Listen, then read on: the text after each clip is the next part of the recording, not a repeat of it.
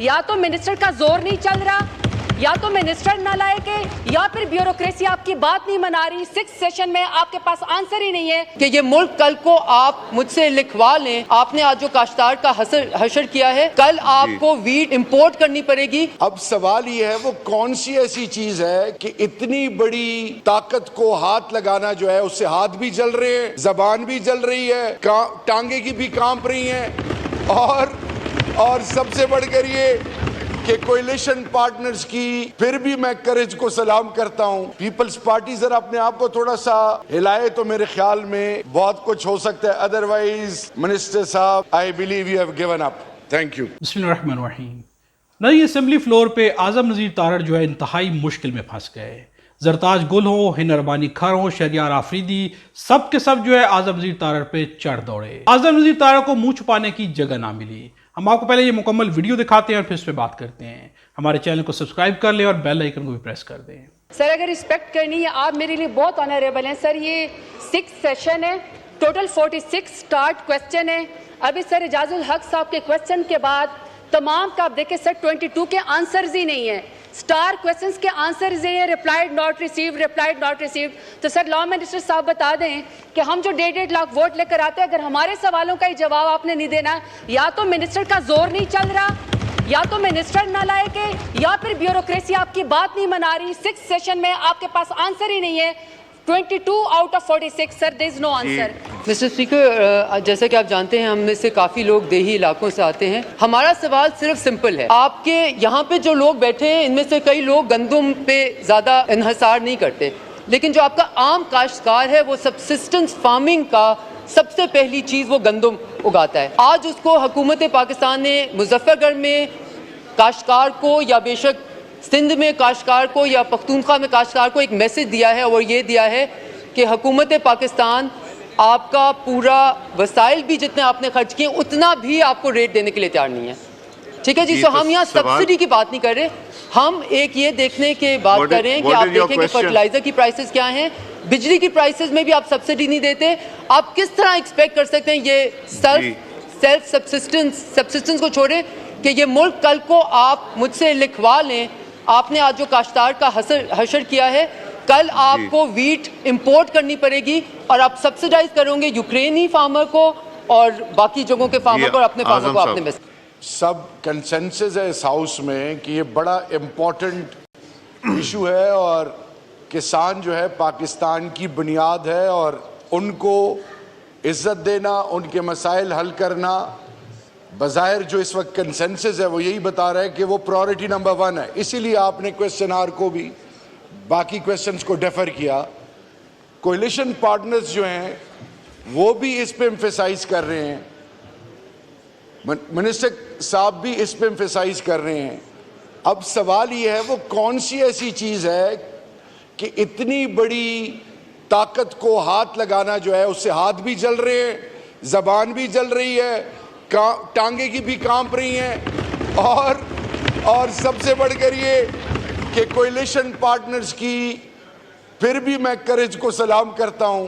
Peoples party जरा अपने आप को थोड़ा सा हिलाए तो मेरे ख्याल में बहुत कुछ हो सकता है। अदरवाइज मिनिस्टर साहब, I believe you have given up. Thank you. Mir Shabir Bajrani साहब, लॉ मिनिस्टर साहब।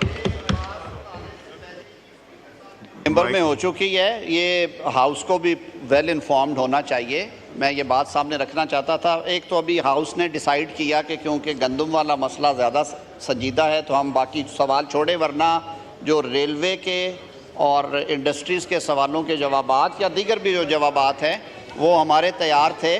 जी, जो सवालात के जवाबात नहीं आए उनमें हेल्थ के सर बहस करता, उसमें हेल्थ के नहीं 16 सवालात थे। अभी एजेंडा वाइज ही जा रहा हूँ। जी मैं वैसे कर रहा हूँ। 16 सवालात थे सर। वो कंफ्यूजन ये हुई कि वो कहते हैं कि हमने रात पहुँचाए, प्रिंटिंग में ना आ सके, वो माजरत भी करके गए, उन्हें 2 घंटे पहले देने चाहिए थे, लेकिन वो भी जवाब मौजूद थे। मुख्तार भर साहब उसके कोऑर्डिनेटर हैं, बैठे हुए हैं, और आइंदा इंशाअल्लाह उल अजीज़ हम ये इंश्योर करेंगे कि वेल बिफोर टाइम प्रिंट होके आपके सामने हो।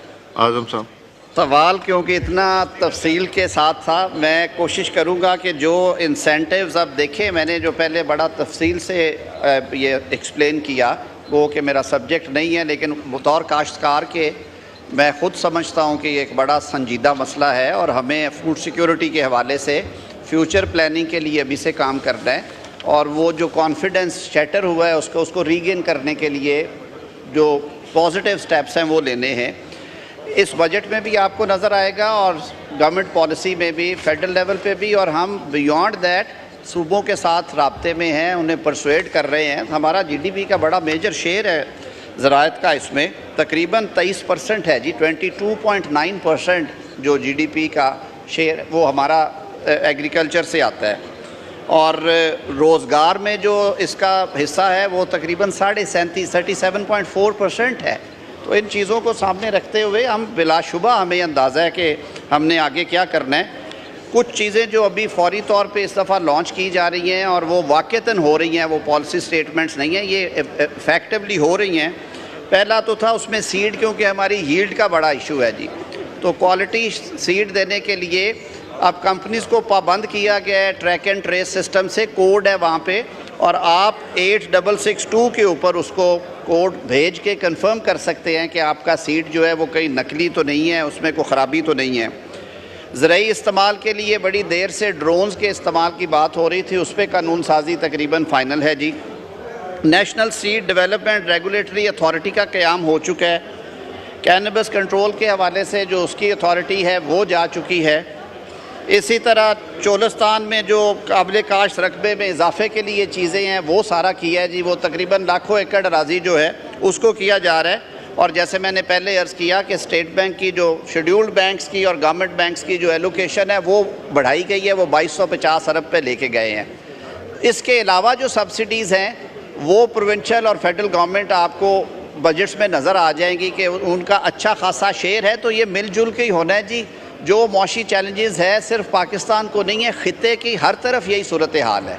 बहुत शुक्रिया। नहीं, इस वक्त जो है पाकिस्तान में काश्तकार जो है वो रुल गया है। काश्तकार की जितनी अपनी कास्ट है, ये गवर्नमेंट जो है उस कास्ट के ऊपर भी खरीदने को तैयार नहीं है। गंदम जो है काश्तकार लेके बैठे हुए हैं, लेकिन खरीदने के लिए कोई भी तैयार नहीं है। हुकूमत जो है उनकी गंदम खरीदने को तैयार नहीं। जो रेट हुकूमत दे रही है उस रेट पे काश्तकार को कोई भी फायदा नहीं है। असेंबली में सब के सब जो है आजम नज़ीर तारड़ के ऊपर फट पड़े हैं। आजम नज़ीर तारड़ ने जवाब देने की कोशिश तो जरूर की है, लेकिन यहाँ पे सबसे बड़ा सवाल यह है कि मिनिस्टर्स के हाथ शायद बंधे हुए हैं। मिनिस्टर के पास पावर होने के बावजूद भी कोई इख्तियार नहीं है, उस पावर को इस्तेमाल नहीं किया जा सकता। ऐसी मिनिस्ट्री का, ऐसी हुकूमत का क्या फ़ायदा। आप कुर्सियों पे बैठे हुए हैं, पपेट्स बने हुए हैं, लेकिन आपकी डोरें जो है कहीं और से हिल रही हैं। आप अपनी मर्जी के फैसले ही नहीं कर सकते, अवाम को रिलीफ ही नहीं दे सकते, तो किस मुंह से जो अगले इलेक्शन में अवाम से वोट मांगने जाएंगे। आपको आज अपना कल जो है सोच लेना चाहिए, अपना मुस्तकबिल सोच लेना चाहिए। जब आप कल अवाम के दरवाजे पे वोट मांगने जाएंगे तो अवाम ने आपको कोई वोट नहीं देने। अगर पाकिस्तान मुस्लिम नवाज ये सोच रही है, पाकिस्तान पीपल्स पार्टी ये सोच रही है कि मुल्क के इस कदर हालात ख़राब कर दिए जाएंगे और ख़राब होंगे और वो लोग कुछ नहीं करेंगे, और इसके बाद जब अवाम के दरवाजे पे वोट मांगने जाएंगे तो अवाम उन्हें वोट देगी, तो इससे बड़ा जो है बयाना ख्वाब वो कोई और नहीं देख रहे। उन्हें अवाम जो है किसी सूरत में भी वोट नहीं देगी।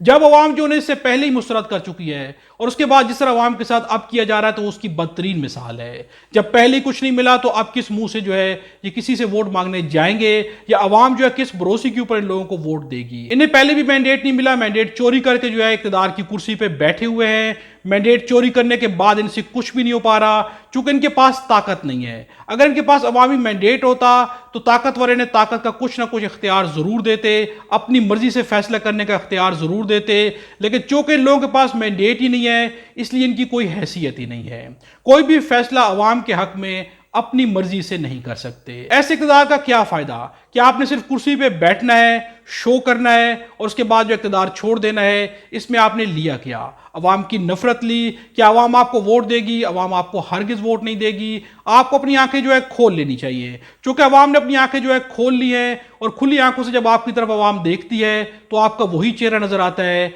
जो गुज़िश्ता 40 साल से आप अवाम को पेश कर रहे हैं। आपने अवाम के मसाइल हल नहीं किए। जब भी इक़्तिदार की कुर्सी पर बैठे आपने सिर्फ अपने मसाइल हल किए हैं, अपनी ज़ात को फ़ायदा देने के लिए कानून साजी की है। ऐसे ऐसे कवानीन बनाए हैं कि जिसमें अवाम का कोई भी फायदा नहीं है। एक नैब जो कि करप्शन के ऊपर कोई ना कोई सवाल उठा देती थी, आप उस इदारे को भी उड़ाने पे आ गए हैं। उसके अंदर भी ऐसी कानून साजी करके रख दी है, उसके इख्तियारात को इतना महदूद कर दिया है कि आपकी करप्शन को रोकने के लिए वो इदारा भी आगे कुछ नहीं कर सकता। आज इमरान खान जेल में बैठे हैं, लेकिन चाहता है कि नैब के कवानीन बरकरार हो जाएं, वापस वहां पे आ जाएं। वक्ती तौर पे इसका नुकसान इमरान खान को ही है, लेकिन इमरान खान का कहना है कि मैं नुकसान उठाने को तैयार हूं, मुझे कोई मसला नहीं है, लेकिन नैब के कवानीन जो है वापस सख्त किए जाएं ताकि कोई भी जो है नैब से ना बच सके, कोई भी इस मुल्क में जो है करप्शन ना कर सके। अपनी राय का इज़हार जो है कमेंट्स में जरूर कीजिएगा। खुदा हम सबको और हमारे वतन पाकिस्तान को अपनी ज़मान में रखे।